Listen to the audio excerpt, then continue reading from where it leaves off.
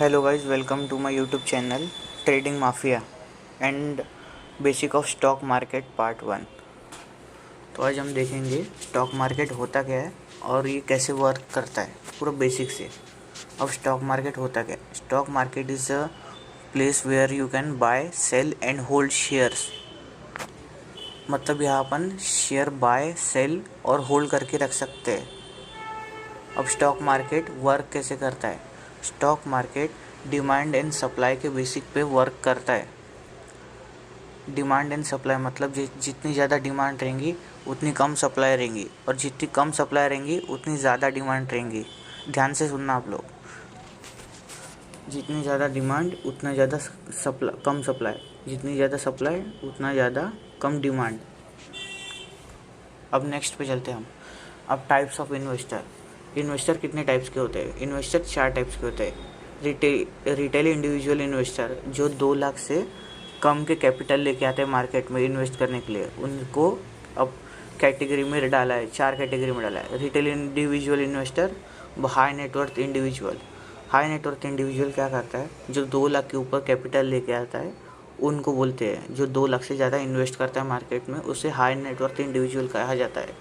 अब DIIs, domestic institutional investor. Domestic institutional investor क्या करता है? ये डोमेस्टिक इंस्टीट्यूशनल इन्वेस्टर ये बैंक्स रहते हैं, इंश्योरेंस कंपनी रहती है, एट्सेट्रा। बड़े बड़े बैंक्स रहते हैं, छोटे भी बैंक्स रहते हैं इसमें, जो इन्वेस्ट करते हैं शेयर मार्केट में। आप जो लोन वगैरह जो लोन लेते हैं या FD वगैरह कराते हैं उसका इंटरेस्ट भी यहीं से आता है। लोन का तो नहीं, पर FD का इंटरेस्ट यहीं से आता है। और FII और FPI, फॉरेन इंस्टीट्यूशनल इन्वेस्टर और फॉरेन पोर्टफोलियो इन्वेस्टर, ये अमेरिकन से ये इंडिया के बाहर के लोग रहते हैं जो यहाँ इन्वेस्ट करते हैं आके। अब dividend, what is dividend? Dividend क्या होता है अभी? डिविडेंड क्या होता है? If a person hold share more than 1 year and earns profit it is known as long term capital gain. मतलब कोई भी एक पर्सन जो कोई भी कंपनी का शेयर 1 साल से ज़्यादा के लिए होल्ड करता है उसे लॉन्ग टर्म कैपिटल गेन कहा जाता है। और dividend is return on investment in share. मतलब जो अपन शेयर खरीदते हैं तो कंपनी डिसाइड करती है कि शेयर होल्डर्स को डिविडेंड देना है या नहीं और कितना % देना है। It is a company decision whether to declare dividend और नॉट। मतलब ये कंपनी का डिसीज़न होता है कि डिविडेंड देना है या नहीं।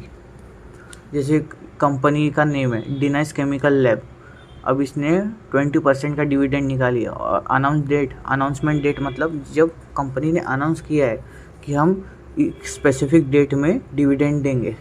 और रिकॉर्ड डेट मतलब ये डेट तक अपने पास शेयर्स अपने डीमेट अकाउंट में रहना चाहिए, वरना हमें डिविडेंड नहीं मिलेगा। रिकॉर्ड डेट, ठीक है। अब नेक्स्ट चलते हैं हम bonus. What is bonus? Bonus क्या रहता है? When you own a share of a specific company and company decide to give you free share. Bonus क्या रहता है? ये कंपनी का डिसीजन रहता है कि बोनस देना है या नहीं, और बोनस कितना फेस वैल्यू पर देना है। बोनस फ्री शेयर रहते हैं जो कंपनी हमें देती है।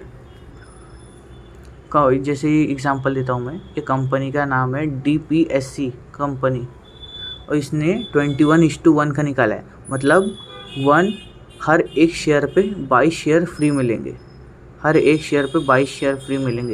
अनाउंसमेंट डेट कब की है? 7 तारीख 11वां महीना 2011 अनाउंसमेंट की इसने। और रिकॉर्ड डेट मतलब ये तारीख तक अपने पास कम से कम शेयर अपने डीमेट अकाउंट में रहना चाहिए, तभी हमें बोनस या डिविडेंड मिलेगा, वरना हमें नहीं मिलेगा। Below 1 lakh long term capital gain are tax free.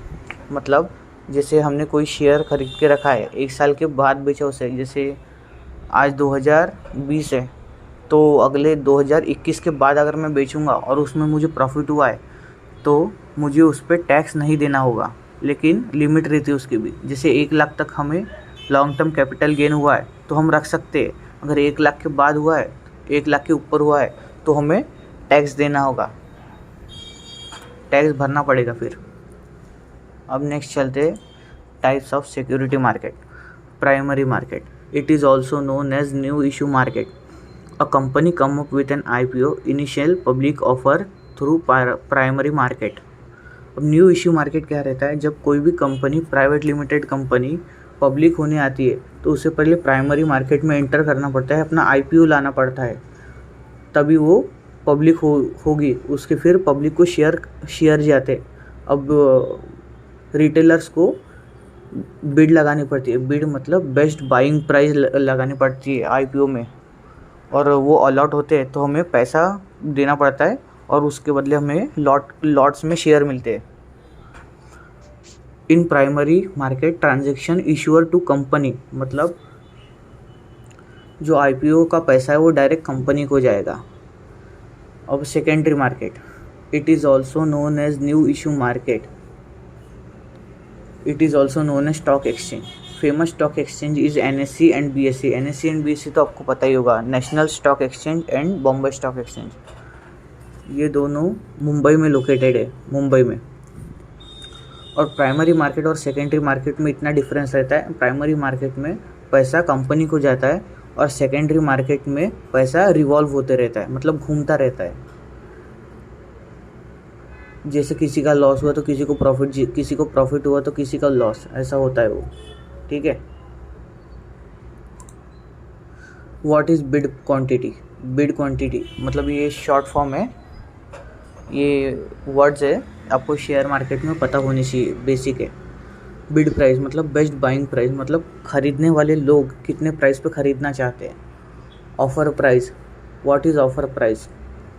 Offer price मतलब बेस्ट सेलिंग प्राइस रहता है, मतलब बेचने वाले लोग किस भाव पे बेचना चाहते हैं, बेचने वाले लोग कितना भाव पे बेचना चाहते हैं। फिर वॉल्यूम मतलब दिन में कितना बाय और सेल हुआ है, टोटल रहता है वो, दिन में कितना बाय और सेल हुआ है।